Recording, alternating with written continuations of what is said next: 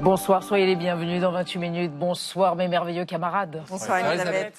L'actualité, c'est l'examen de la proposition de loi interdisant l'accès aux réseaux sociaux aux mineurs de moins de 15 ans. Cet examen a démarré aujourd'hui à l'Assemblée nationale. Si la loi est adoptée, l'interdiction prendra effet dès le 1er septembre prochain. Qu'en pensent les principaux concernés ? Quand je me suis inscrite, moi, j'avais pas 15 ans. Je crois bien que j'en avais 13. Et j'ai mis la date de naissance de ma mère. Je suis totalement accro et je pourrais pas m'en passer. Mais c'est vrai que je regarde des choses parfois qui sont vraiment inutiles et je me rappelle plus 2 minutes après de la vidéo que je viens de regarder. Ça promet. En jeu, la lutte contre le harcèlement, contre les contenus virilistes ou pédopornographiques et la lutte contre les dommages cognitifs infligés au cerveau des jeunes du fait du scrolling compulsif. L'interdiction serait-elle un remède miracle ou un leurre? On en débattra ce soir avant de vous retrouver en fin d'émission. Marie Bonisseau et Xavier Mauduit. Une actualité tragique. Oui, direction Minneapolis, Elisabeth, vous le savez, cette ville des États-Unis semble devenir le centre de l'opposition à Donald Trump et notamment à l'ICE, sa politique anti-immigration qui a tué, assassiné simplement un opposant. Sur l'image sulfureuse de Minneapolis, il y a beaucoup à dire. Et vous, Marie ? Moi, je vous montre un grimpeur américain qui vient d'escalader un gratte-ciel à Taïwan sans rien, sans corde, comme ça, à main nue. C'était filmé en direct.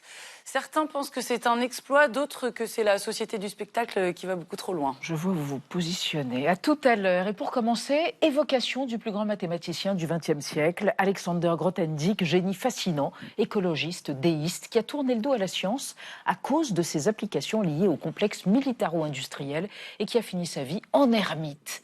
Pour en parler, on reçoit l'astrophysicien, philosophe et poète Aurélien Barraud, en quelque sorte son fils spirituel. On le retrouve tout de suite.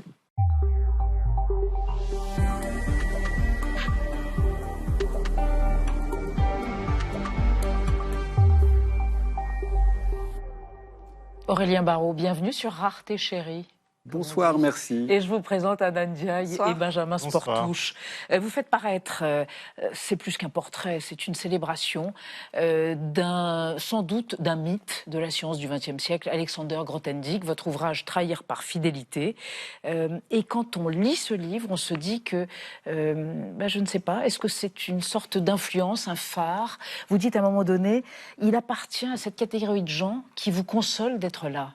C'était ça, Grothendieck, pour vous? Exactement. C'est une limite, c'est un horizon. Personne ne peut l'atteindre, mais on peut cheminer avec lui. Très bien. Eh bien, pourquoi cheminer vers Alexander Grothendieck, le profil idéal concernant vous-même et ce mythe de la mathématique? Aurélien Barraud, dans votre livre, vous établissez un parallèle entre vos combats écologiques, philosophiques, politiques et ceux du génial mathématicien Alexander Grothendieck. Alors comment repenser notre rapport au monde afin d'éviter l'effondrement qui s'annonce? Pour répondre à cette question, vous avez le profil idéal. Alexander Grothendieck est né à Berlin en 1928. Il est mort à l'âge de 86 ans près du village de Lasserre dans l'Ariège, là où il a vécu en ermite pendant plus de 20 ans. Considéré comme le plus grand mathématicien du XXe siècle, il est essentiellement connu pour sa refondation radicale de la géométrie algébrique. De votre côté, vous êtes astrophysicien et vous partagez avec lui une vision poétique de la science. Il suffit pour cela de prêter attention aux mots que vous utilisez pour évoquer l'accélérateur de particules mis en service en 2008. L'enjeu du grand collisionneur de Hadron, c'est de tenter de trouver ce champ physique dit de Higgs qui permet de concilier d'une part l'unification, la convergence conceptuelle, avec d'autre part le caractère polychrome, diapré et inattendu, extrêmement, lui, plurivoque même, du réel qui nous entoure. Autre point commun avec Grothendieck, le mathématicien a cofondé le mouvement pacifique et écologique Survivre et Vivre dans les années 70.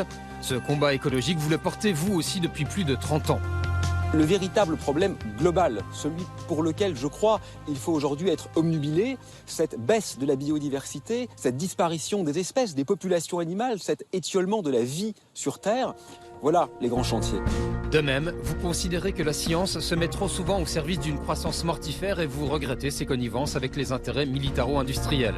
En 1972, Alexander Grothendieck avait d'ailleurs interpellé son auditoire lors d'une conférence au CERN, l'Organisation européenne pour la recherche nucléaire. Depuis un an ou deux, je me pose des questions. En particulier, pourquoi faisons-nous de la recherche scientifique? Allons-nous continuer la recherche scientifique? Dans votre livre, vous concluez: la grande histoire ne retiendra très certainement que le génie des mathématiques Il nous appartient donc de recevoir le révolté, l'ermite et le poète.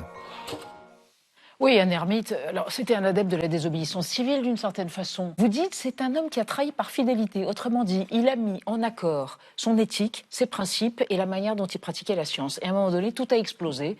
Il a trahi par vérité, par authenticité. Oui, il a trahi les attendus systémiques au nom d'une fidélité à des valeurs plus profondes, au nom d'une fidélité à la vie en elle-même, à l'axiologie qui devrait effectivement nous guider et nous pousser aujourd'hui. Et Howard Zinn le rappelait, le vrai problème, ce n'est jamais la désobéissance civile, c'est l'obéissance civile aveugle, y compris dans une société qui est devenue manifestement prédatrice et suicidaire. Alors lui, effectivement, il considérait qu'être scientifique et travailler au service de ce fameux complexe militaro-industriel, comme on disait notamment dans les années 70, c'était intolérable. Vous êtes capable de trahir ? Aurélien Barraud, vous êtes astrophysicien. Vous n'êtes pas mathématicien, mais vous êtes scientifique. Je ne suis pas Grothendieck, mais j'éprouve un certain malaise quant à l'indifférence de mes collègues quant aux gigantesques catastrophes de ce temps, qui sont écologiques, évidemment, mais qui sont aussi géostratégiques. Nous vivons un instant de résurgence du fascisme, qui est moins exsangue qu'il ne le fut jamais dans les dernières décennies, de résurgence des guerres coloniales, de résurgence des massacres et génocides, et bien sûr, de cet effondrement absolument stupéfiant du vivant, continuer comme si de rien n'était. C'est un peu l'orchestre du Titanic, sauf qu'en plus, nous jouons faux. Benjamin. Et il dénonçait donc une pratique productiviste de la science, vous aussi, c'est-à-dire ?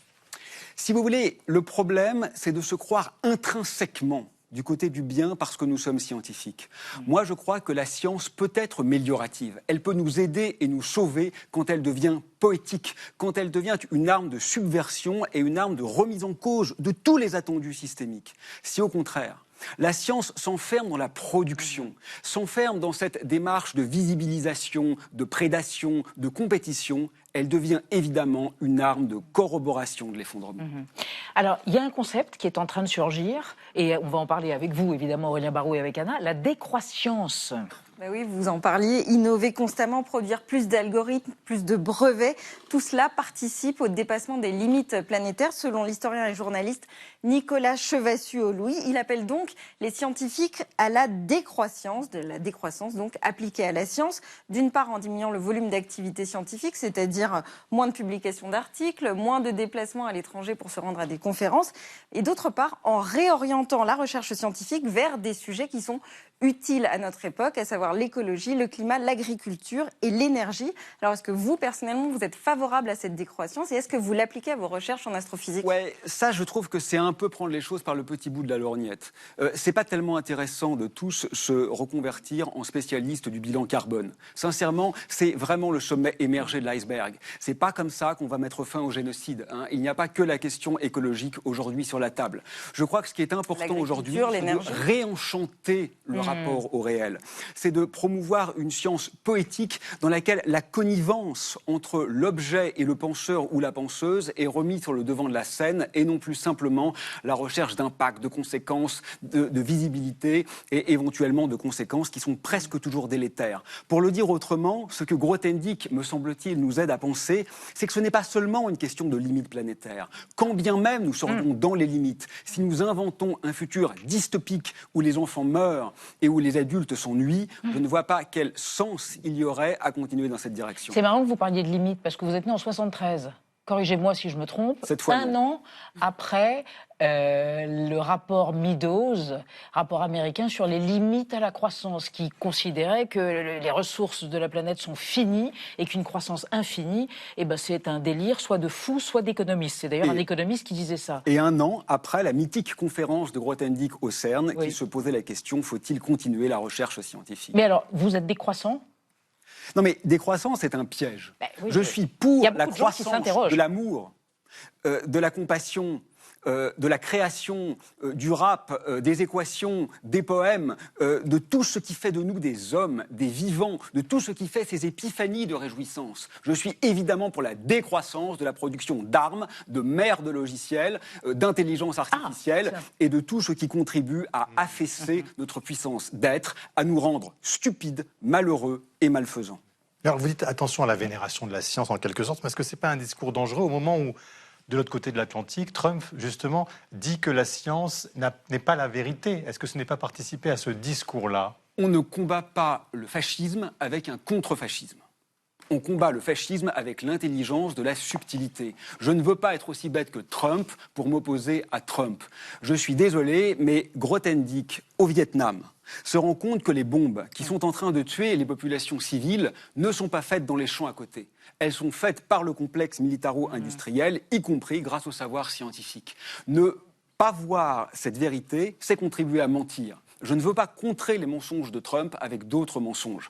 Aujourd'hui, le vrai problème qui nous mène dans le mur, qui nous mène dans le gouffre, qui détruit les humains colonisés et invisibilisés d'une part et les vivants non humains d'autre part, ce n'est pas le manque de science. C'est le manque d'amour, c'est le manque de poésie, c'est le manque de compassion et c'est le manque d'interrogation sur ce que nous voulons vraiment. La question n'est pas quel monde pouvons-nous habiter. Ça, c'est le problème des croissances, des limites, etc.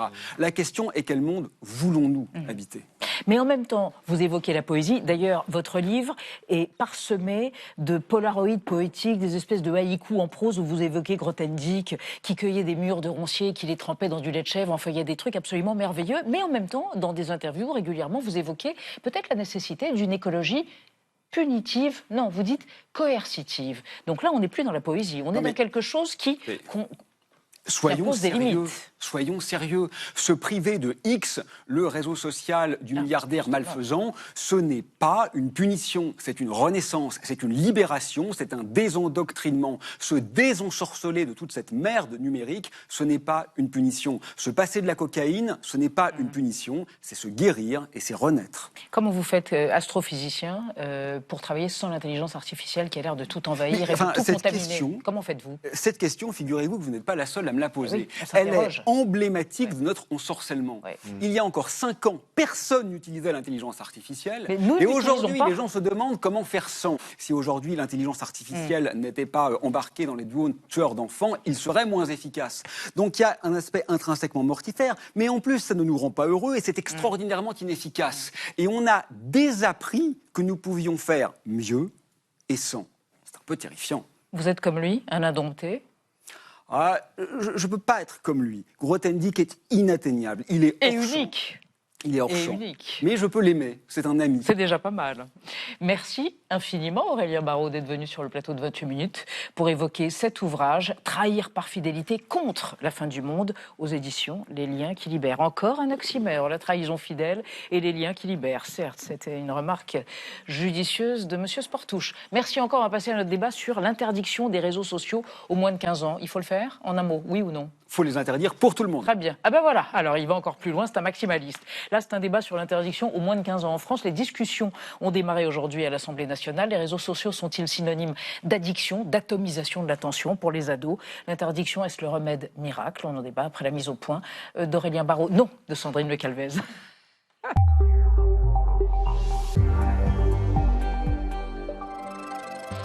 Scroller jusqu'à l'infini, de jour comme de nuit, enchaîner les vidéos de chats et les messages aux copains. Et si tout s'arrêtait? La France est en passe de devenir le 2e pays au monde, après l'Australie, à interdire les réseaux sociaux aux moins de 15 ans. Le processus législatif a démarré aujourd'hui à l'Assemblée nationale. Emmanuel Macron table sur une entrée en vigueur dès septembre. Le cerveau de nos enfants et de nos adolescents n'est pas à vendre. Les émotions de nos enfants et de nos adolescents ne sont pas à vendre ou à manipuler, ni par les plateformes américaines, ni par les algorithmes chinois. Interdire l'accès à TikTok, Snapchat ou encore Instagram, un coup dur pour les principaux intéressés, néanmoins lucides sur les aspects négatifs des réseaux. Je suis totalement accro et je pourrais pas m'en passer. Des fois, je tombe sur des vidéos un peu bizarres ou violentes, avec beaucoup de sang et des trucs bizarres. J'ai vu de la pornographie. Alors que j'ai 11 ans, alors j'ai rien à voir avec ça. L'Agence nationale de sécurité sanitaire alerte sur l'exposition à des contenus violents, sur les algorithmes favorisant la comparaison permanente, le manque de sommeil ou le cyberharcèlement. Cette mère de famille a été la première en France à porter plainte contre TikTok. En 2021, sa fille Marie s'est suicidée. Il y a des incitations au suicide quand même sur les réseaux, montrer comment on peut, des moyens de se donner la mort, démonter un taille-crayon. Il y avait aussi comment faire un nœud pour se pendre. Mais l'interdiction des réseaux aux ados fait débat chez les chercheurs. Au pays de la Silicon Valley, ce psychologue américain dénonce la dégradation de la santé mentale des jeunes depuis les années 2000. Tandis que des chercheurs australiens estiment dans une récente étude que les réseaux peuvent aussi limiter l'isolement, notamment chez les garçons. Alors, facteur de risque ou outil de sociabilisation? Pour protéger les jeunes, faut-il interdire les réseaux aux moins de 15 ans? Pourquoi ne pas exiger des plateformes une meilleure régulation des contenus? 3 spécialistes avec nous. Najat Vallaud-Belkacem, bonsoir. Vous fûtes ministre de l'Éducation nationale de 2014 à 2017. Vous êtes également présidente de France Terre d'Asile. Dernier ouvrage, Sevrage numérique, ça tombe bien. Enquête sur notre rapport aux écrans et comment nous en libérer. Il paraît dans 3 jours, jeudi prochain, n'est-ce pas? Et selon vous, à propos du sujet qui nous intéresse, compte tenu de ce que l'on sait sur les dégâts que provoquent les réseaux sociaux sur les jeunes, les ados en l'occurrence, cette interdiction aux moins de 15 ans est justifiée. Leur construction personnelle n'est pas encore achevée. Mais attention, ajoutez-vous, cette question nous concerne, nous aussi, les adultes. À côté de vous, Grégoire Borst, bonsoir. Bonsoir. Vous êtes professeur en psychologie et neurosciences de l'enfant à l'université Paris-Cité. Vous êtes l'un des auteurs d'un ouvrage collectif intitulé « Faut-il interdire les réseaux sociaux aux jeunes ?» Et selon vous, ce n'est pas le réseau social en soi qui pose problème, mais la manière dont les groupes privés exploitent l'attention des ados. Les réseaux sont aussi des lieux de socialisation et d'émancipation, il ne faut pas l'oublier. Et vous dites, les interdire sans proposer d'alternative, en quelque sorte, c'est se voiler la face. Et à côté de vous, François Saltiel, bonsoir, journaliste à France Culture, spécialiste du numérique. Votre dernier ouvrage, Faire la paix avec nos écrans, a été coécrit avec Virginie Sassoon. Selon vous, interdire les réseaux sociaux aux mineurs, c'est un peu un aveu d'impuissance quant à notre incapacité à réglementer les plateformes. Il faut plutôt agir sur leurs modèles économiques plutôt que d'en restreindre l'usage. Et on démarre avec un chiffre tout à fait... hallucinant. Oui, c'est Près de 2 tiers des jeunes, j'osais pas. 58% précisément des 12-17 ans consultent tous les jours les réseaux sociaux. Et autre chiffre impressionnant, en France toujours, un adolescent sur 2 passe entre 2 et 5 heures par jour sur un smartphone, souvent pour se connecter donc à ces mêmes réseaux sociaux. Grégoire Borst, avec quelles conséquences très clairement sur le cerveau, notamment sur la capacité d'attention de ces jeunes? Alors sur la capacité d'attention, en fait... pas beaucoup de données très claires sur cette notion d'attention. Globalement, ce qu'on sait, c'est que les capacités attentionnelles sont stables depuis une vingtaine d'années chez les enfants. Par contre, le monde, évidemment, a changé. C'est-à-dire que le monde numérique fait que nos ressources attentionnelles sont beaucoup plus sollicitées qu'avant. Donc, je récuse complètement l'idée qu'on a l'attention d'un poisson rouge, comme on a pu l'entendre. D'une part, vous ne savez pas quelle est l'attention d'un poisson rouge. C'est pas du tout sympa pour les poissons rouges. D'autre part, je dis juste qu'effectivement, l'environnement a changé. Donc, effectivement, sur l'attention, c'est de dire... pas d'effet sur les capacités attentionnelles globales. Par contre, effectivement, quand on a beaucoup de notifications, quand on a par définition un portable qui va pousser des informations, à scroller, exactement. Sans arrêt. Ça va avoir un impact. Et sur les apprentissages, Najat Vallaud-Belkacem, vous avez été en première ligne quand vous étiez ministre de l'Éducation nationale, vous l'avez constaté?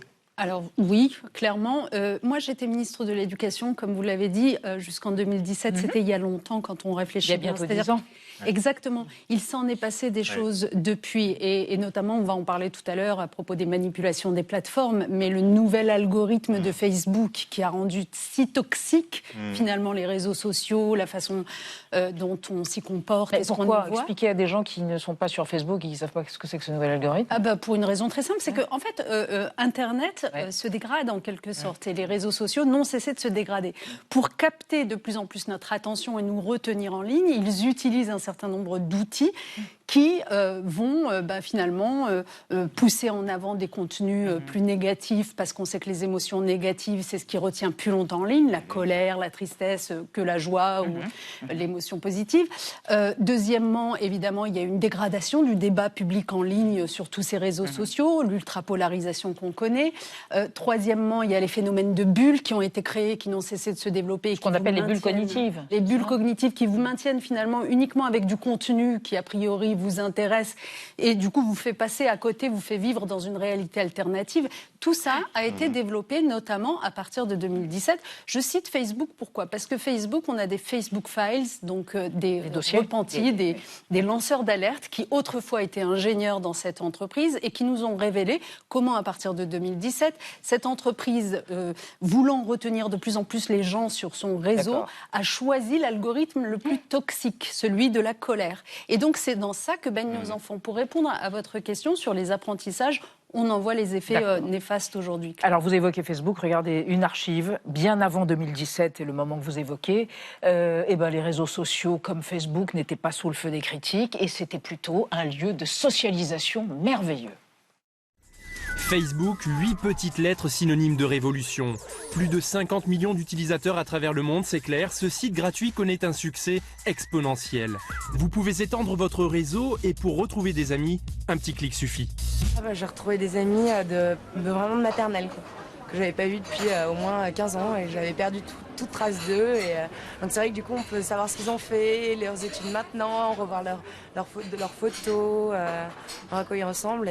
Donc du coup c'est vraiment sympa pour ça. On peut se donner des surnoms sympas à des copains, des clins d'œil à ce qu'on a fait dans le week-end, un rendez-vous pour un ciné.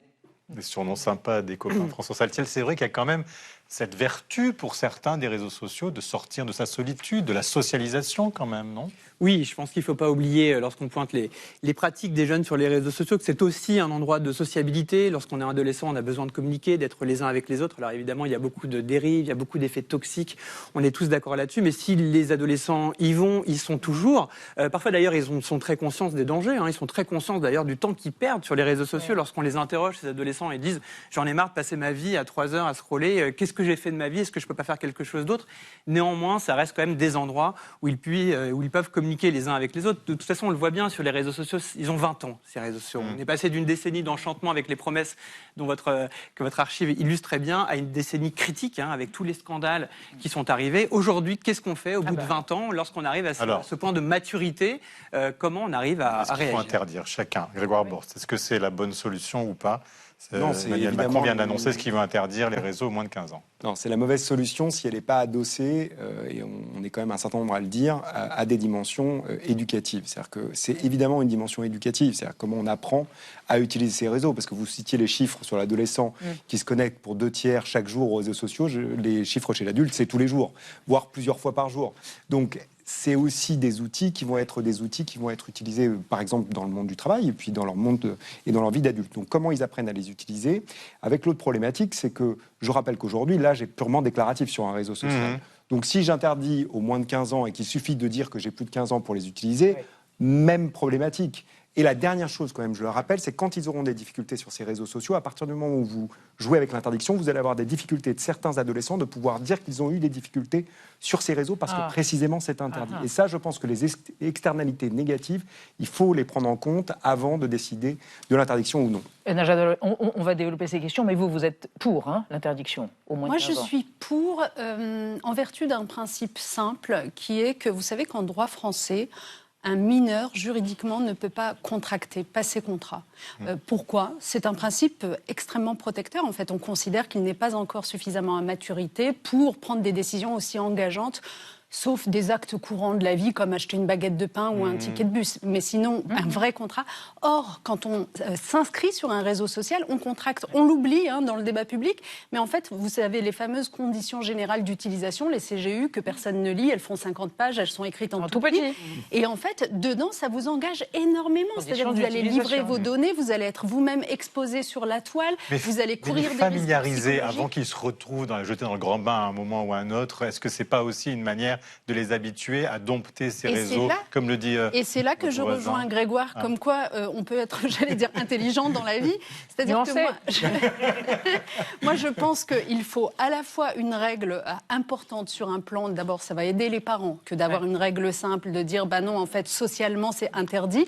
On va plus laisser les parents tout seuls. Et en même temps, il faut éduquer, évidemment, éduquer au numérique. Et je pense que dans le cadre de l'école, il y a des choses qu'on peut apprendre pour se familiariser, mais sans tous les travers qu'on connaît. Pour ou contre l'interdiction ? Je vais faire une réponse nuancée, même si je dis que la nuance, ce n'est pas la matière première des réseaux sociaux. Non, Là où c'est intéressant, c'est pour les parents qui se sentent démunis.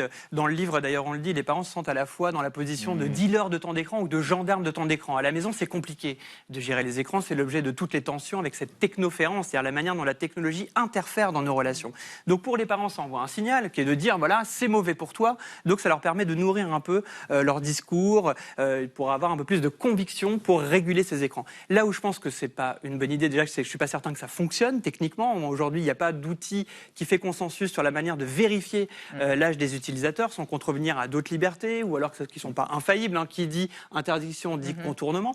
Et puis surtout, on ne s'attaque pas au vrai problème. Le vrai problème, c'est le modèle d'affaires des réseaux sociaux. Donc c'est un aveu d'impuissance. On va y revenir, mais après, Anna qui va nous expliquer qu'il y a un pays qui a mis en place cette interdiction, c'est l'Australie. Alors on peut faire un bilan déjà depuis quelques semaines.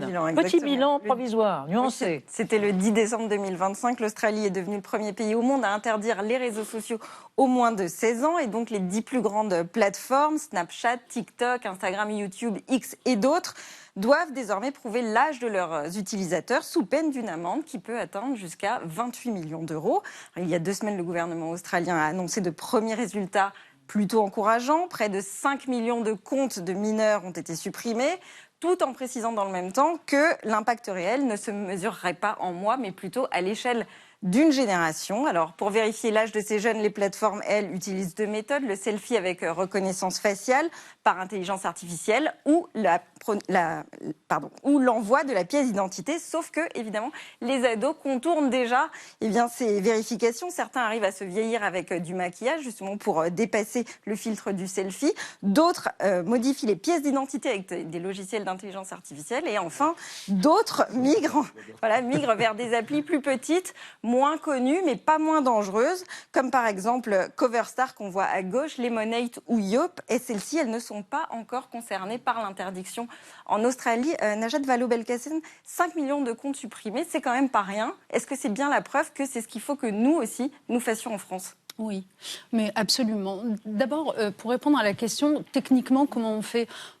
Mais déjà aujourd'hui, les réseaux sociaux, pour la plupart d'entre eux, interdisent l'inscription avant l'âge de 13 ans. Or, dans les déclaratif, dans les chiffres que vous avez donnés tout à l'heure, vous savez que nombre de jeunes entre 8 et 13 ans sont d'ores et déjà sur les réseaux sociaux.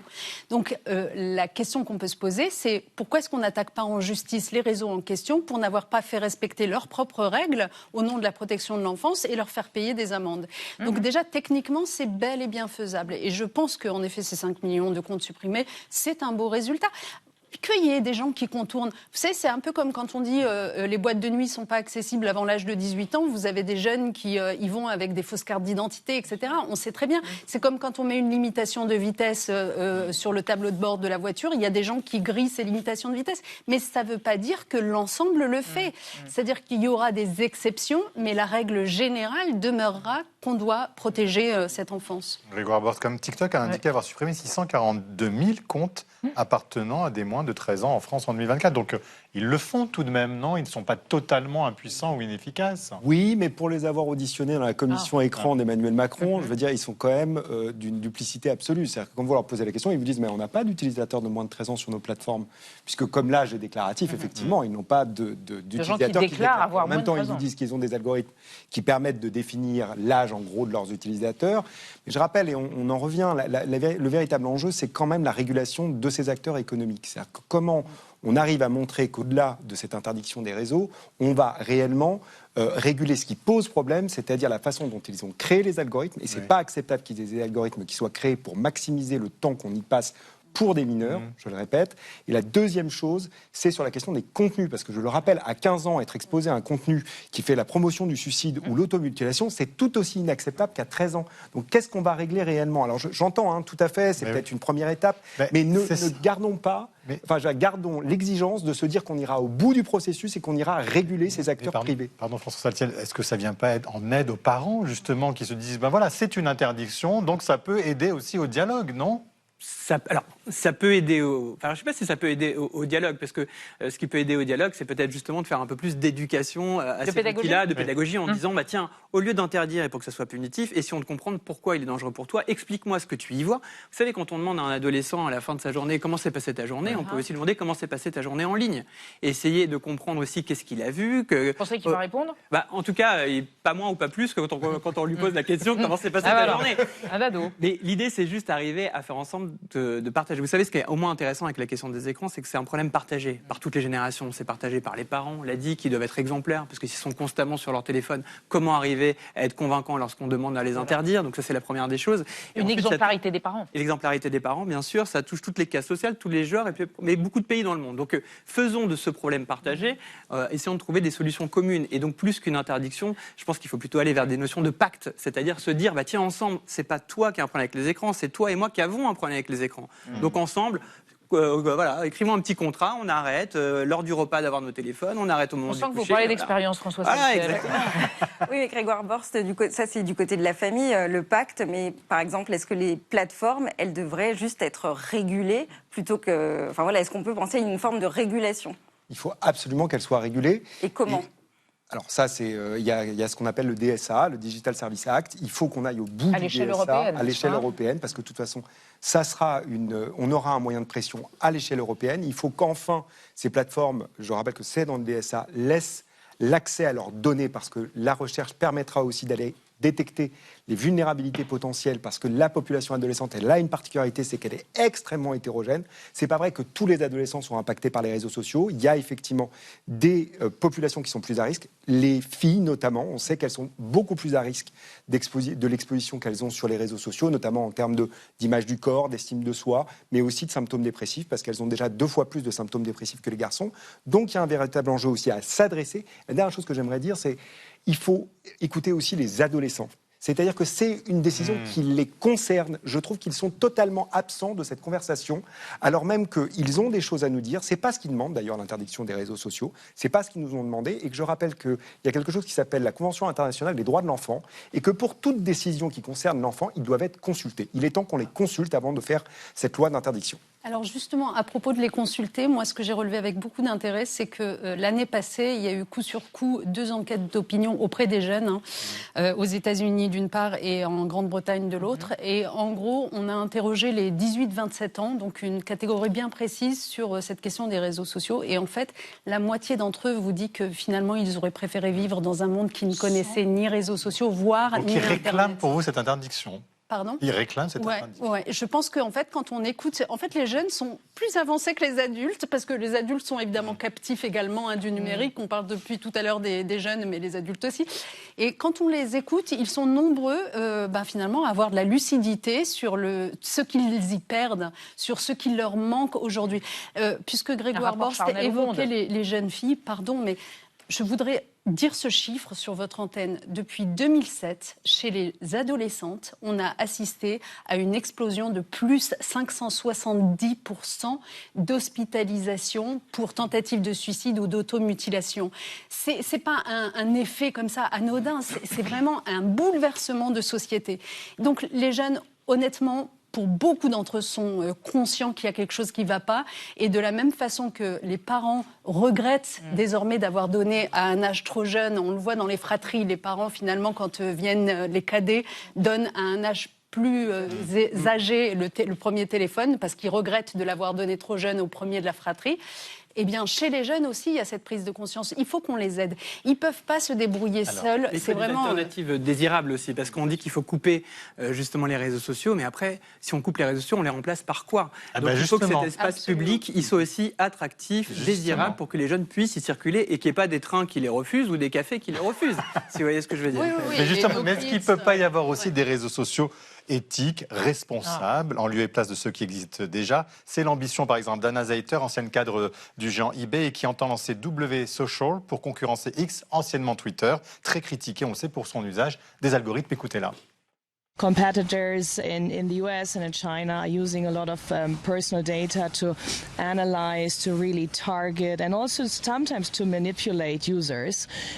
We want to be different in that respect. Of course, we want to respect GDPR, other European laws. We want to make sure that the users can govern their own data and also their own algorithms, so that users can really choose. François Sadielval, c'est peut-être la solution, c'est d'autres réseaux sociaux. C'est pas forcément annihiler les réseaux sociaux, mais en inventer d'autres. Ça, c'est une solution ou pas ? Ça peut être une solution, évidemment, puisqu'on a ciblé le modèle économique qui est délétère, qui maximise le temps d'attention. Donc, si on arrive à un modèle économique qui soit beaucoup plus vertueux, ou pourquoi pas un service public. Après, regardez, un service public. Parce que finalement, vous savez, les réseaux sociaux, il faut qu'amplifier des phénomènes existants. C'est déjà le patron de TF1 qui disait « Je vends du temps de cerveau disponible pour Coca-Cola ». Voilà, on se rappelle. Et là, après, on va dire propagande d'État, si on dit que c'est l'État qui s'en... Exactement, c'est l'autre problème. Ou alors sur abonnement, avec des données. Le seul souci, c'est qu'on part avec presque 20 ans de retard, puisqu'on a estimé que ces réseaux sociaux avaient 20 ans et qu'aujourd'hui, il y a d'autres technologies qui sont là et qui posent d'autres problèmes, comme l'intelligence artificielle générative. Juste pour réagir là-dessus, parce qu'on évoquait tout à l'heure les législations européennes, donc le DSA et le DMA notamment. Il y a une chose qui est très importante dans cette législation européenne, c'est qu'elle interdit les grands monopoles. En fait, elle cherche à casser les grands monopoles des GAFAM. Oui. Et ce faisant, finalement, elle promeut la concurrence. À la limite, le jour où on aura une vraie concurrence, c'est-à-dire qu'on n'aura pas ces quelques acteurs qui maîtrisent tout le marché, qui empêchent les autres d'entrer. Pourquoi on ne l'a pas déjà eu ? Pourquoi ? Alors là, il faut lire mon livre pour voir le lobbying intense des plateformes pour éviter toute régulation et empêcher la concurrence. Mais le jour où on aura de la vraie concurrence, en effet, peut-être que des offres plus éthiques pourront voir le jour en la matière. Mais en attendant, on doit se protéger parce que c'est vraiment gravissime ce qui se passe. Grégoire Boss, en même temps, ceux qui créent les plateformes comme TikTok, en Chine, regardez, c'est drastique, interdiction de 22h à 6h, les moins de 8 ans 40 minutes, de 8 à 16 ans 1 heure et de 16 à 18 ans 2 heures. Vous allez dire que c'est pas un modèle inspirant. J'entends, mais c'est pas un modèle inspirant. Je suis désolé, on est dans une démocratie. L'enjeu, c'est l'éducation, c'est savoir effectivement. J'entends très bien qu'il faut protéger les plus vulnérables, mais protéger les plus vulnérables, ça va largement au-delà de la simple interdiction des réseaux sociaux. Comment on change les rythmes scolaires pour prendre en compte les besoins de sommeil des adolescents, parce que c'est pas uniquement parce qu'ils passent du temps sur leurs écrans qu'ils sont très fatigués, donc qui ont des difficultés de concentration. Et comment on permet d'avoir une société aujourd'hui qui, à chaque fois qu'elle parle des jeunes, ne les catégorise pas comme des problèmes ou de façon négative. C'est aussi sur eux qu'il faut s'appuyer pour essayer de réguler ces plateformes. Et de construire un futur désirable. Vous êtes sur les réseaux sociaux, vous voyez de temps en temps, vous vous dites « j'y suis trop ». J'y suis jamais. Très bien. Et vous ? Menteur. Je t'ai vu tout à l'heure. Et vous ? Non, moi j'y suis et c'est peut-être le fait d'y être qui me permet de prendre conscience de la dégradation. Non, mais alors j'y suis volontairement un peu moins ces derniers temps. Est-ce que vous avez réduit justement votre consommation, par exemple ? Non, ce dont je me rends compte, c'est qu'effectivement, j'ai exactement les mêmes problématiques qu'une partie des individus. C'est-à-dire que je commence à m'enfermer, c'est-à-dire que je ne supporte plus finalement le débat contradictoire et que je finisse par globalement sortir d'un certain nombre de choses, mais parce que ça prend beaucoup de temps quand même. Écoutez, vous l'avez supporté très bien ce soir ici. Merci à tous les trois, en chair et en os. Voilà. Et on va rester dans l'actualité avec, vu par Xavier Maudieu et Marie Bonisseau, colère et dévastation à Minneapolis et dans l'État du Minnesota après le meurtre d'Alex Pretty par la police anti-immigration ICE, c'était samedi.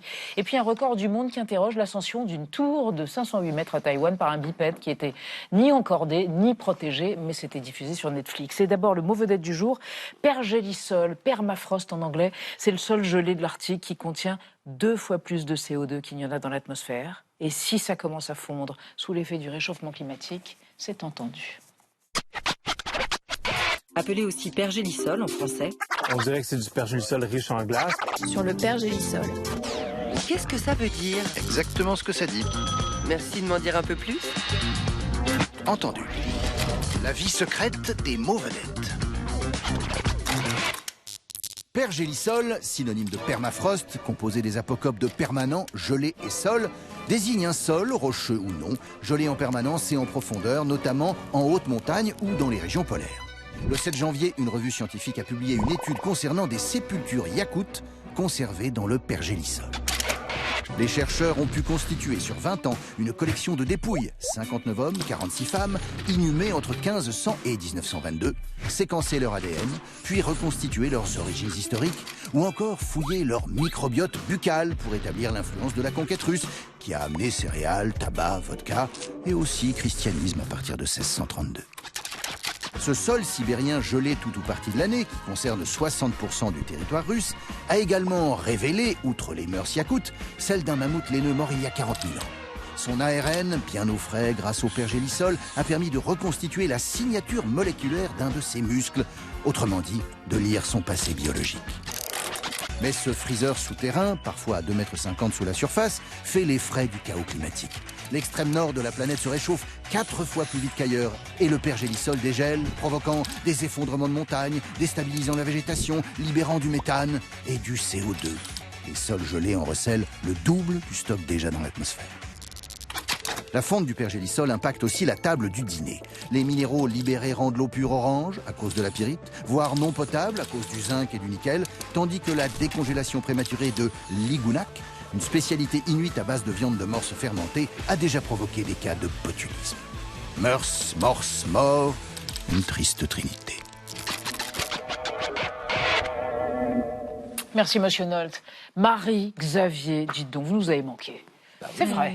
Alors, cher Xavier, il y a des tensions extrêmes à Minneapolis. Il y avait eu déjà la mort de René Good et puis samedi, celle d'Alex Pretty, tué par ICE, la police fédérale de l'immigration. Donald Trump accuse les démocrates d'être responsables de ces violences. Et vous nous conduisez à Minneapolis. Oui, Elisabeth, en novembre 1916, il y a des élections municipales à Minneapolis. Minneapolis, dans le Minnesota, avec deux candidats qui se distinguent. D'un côté, vous avez un homme respectable, Otto S. Langen. Lui, c'est le shérif du comté. C'est un républicain. Et de l'autre côté, vous avez Thomas von Leer, un mécanicien syndicaliste. Il est pire que démocrate. Il représente le Parti socialiste des États-Unis, le Parti socialiste d'Amérique, qui a pour logo rien que moins que deux ouvriers qui se tiennent par la main avec l'appel de l'unité de tous les ouvriers du monde. Eh bien, c'est le socialiste qui l'emporte. Alors, il ne reste pas longtemps en fonction parce qu'il prend position contre la Première Guerre mondiale, ce qui fait qu'il n'est pas réélu en 1918. Mais enfin, en tout cas, c'est lui le premier, le seul maire socialiste de Minneapolis. C'est une ville qui a souvent et longtemps été marquée à gauche. Oui, déjà, c'est une ville industrielle. Alors, c'est l'industrie des céréales, l'industrie céréalière avec des moulins, des minoteries gigantesques qui marquent le paysage urbain. En 1918, d'ailleurs, c'est là qu'est créé un mouvement, on peut le dire, original, le Minnesota Farmer and Labor Party, un parti qui unit les paysans et les ouvriers. Et dans ce monde-là, vous avez tant de choix politiques qui font qu'une image stéréotypée est associée à Minneapolis, c'est la ville de gauche. Mais dans le même temps, vous avez une autre image, et qui est moins reluisante, c'est l'image de la corruption, de la violence, du crime organisé, si bien que Minneapolis est doté d'un surnom, c'est Murderapolis, la ville du meurtre. Eh bien, les républicains se saisissent de ces deux images et les associent évidemment, notamment lors des grandes grèves, par exemple celle de 1934, grève des camionneurs à Minneapolis, une grève majeure qui a des effets dans tout le pays, parce qu'elle fait partie de cette histoire ouvrière où le mouvement se structure, un tantinet de socialisme dans tout cela. C'est une ville qui s'agite dès qu'il y a des soucis. D'ailleurs, après la Seconde Guerre mondiale, vous avez une figure majeure, marquante, c'est un maire, Hubert Humphrey, qui est le maire de Minneapolis, qui d'ailleurs a été formé au parti dont je vous parlais, le Minnesota Farmer and Labor Party, et qui a une aura nationale quand il devient vice-président des États-Unis. Là, on est dans les années 1960. Il est le vice-président de Lyndon Johnson. Et donc, depuis les années 1970, tous les maires de Minneapolis sont des démocrates. Mais dans ce que le mouvement a de plus progressiste. Donc, vous voyez, une ville qui s'agite pour des revendications sociales, économiques et donc politiques. Ça, aujourd'hui, tout le monde l'a en tête, et notamment les républicains qui ont cette image-là, sauf que, je vous disais, Murderapolis, la ville du meurtre, sauf qu'aujourd'hui, le meurtre, eh bien, il est commis par les autorités fédérales, par l'ICE, la police de l'immigration de Donald Trump, et c'est glaçant. Merci Xavier. Chère Marie, alors, tiens, l'histoire d'un Américain, ce week-end, ce garçon qui s'appelle Alex Honnold, une légende de l'escalade, paraît-il, a grimpé tout en haut d'une tour qui fait 508 mètres à Taïwan. Oui, et c'était en direct sur Netflix qui crée un malaise, parce que c'est vrai que ça peut poser quelques petites questions éthiques. Quand on regarde une émission dont l'une des fins possibles est très clairement la mort, voilà, brutale, accidentelle sous nos yeux. Ce qu'a fait cet Américain, donc Alex Honnold, ce week-end, est effectivement très dangereux. Il a escaladé, il a mis 1h30 pour escalader cette tour Taipei 101, c'est le plus haut gratte-ciel de Taïwan. 508 mètres, vous l'avez dit. Alors regardez, c'est une tour qui est bardée de poutres métalliques. Non mais ça c'est pas mal, ça permet des prises. On peut se reposer sur des balcons de l'immeuble tous les 8 étages. Voilà, vous avez compris le défi. C'est pas le premier. Alex Honnold a relevé ce défi. Vous vous souvenez de notre Spider-Man français, Alain Robert? Eh ben, il y a 2 décennies pour l'inauguration de cette tour. Celle-ci? Mais oui, il avait déjà escaladé cette tour Taipei 101. Regardez quand même la différence entre les deux. Je vais vous montrer des photos, l'une à côté de l'autre. À gauche, c'est Alain. Regardez, Alain, il a ce qu'on a, il a des cordes, ça se voit. À droite, c'est Alex Honnold. Il n'a rien. Que ses petits chaussons d'escalade, un petit sac sur sa ceinture pour mettre de la magnésie. Et c'est tout. Il y va à main nue. Ça a un nom. C'est une discipline en escalade qui s'appelle le solo intégral. Il y a évidemment très peu de gens de fous au monde qui la pratiquent parce qu'à la moindre erreur, c'est la chute et très certainement la mort. Tombera pas. Ça fait un super suspense. C'est dit Netflix, qui a donc signé un chèque pour diffuser cet exploit en direct, en quasi-direct. Il y avait 10 secondes de décalage entre le réel et la diffusion au cas où le pire arrive. C'est justement cette tension du pire qui peut arriver qui a scotché des millions de spectateurs et de spectatrices, les mains moites devant leur écran. Alors je dis des millions, c'est ce qu'on pense parce que Netflix ne diffuse pas les chiffres de ses audiences exactement. On est revenu au jeu du cirque, résume assez justement le journal Le Temps, tandis que le Wall Street Journal dénonçait un événement, je les cite, voyeuriste, macabre et irresponsable. Dans la communauté des grimpeurs, parce que c'est intéressant d'aller voir ce qu'ils pensent, les avis sont partagés. Il y a ceux qui trouvent ça un peu ridicule parce que Alex Honnold a pris l'ascenseur pour redescendre après sa montée. Ouais, c'est pas un vrai.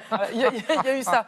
Mais plus généralement et plus nombreux, il y a les grimpeurs qui estiment que cette discipline du solo intégral, c'est l'expression la plus pure de l'escalade, mais du coup, ça doit se pratiquer seul. C'est un truc entre soi et la montagne. Et puis, il y a l'avis du premier concerné, Alex Honnold. Et lui, il dit que son exploit, il serait inspirant pour nous, pauvres mortels, et que ça pourrait, merci à lui, nous servir de déclic, nous rappeler que notre temps est compté et qu'il faut qu'on réalise nos rêves, quels qu'ils soient. Alors c'est décidé, coup de folie, Elisabeth. Vous montez sur la chaise? Non, je viens en ascenseur demain. Ah oui, voilà, ne me retenez pas. Oui, justement, demain on se retrouve à 20h05, dis donc avec un autre genre d'aventurière, la chanteuse Catherine Ringer, qui évoquera un recueil de poèmes érotiques écrits par une femme qui fut centenaire. C'est autre chose. À lundi, tchuss. Non, pas à lundi, à demain. Tchuss.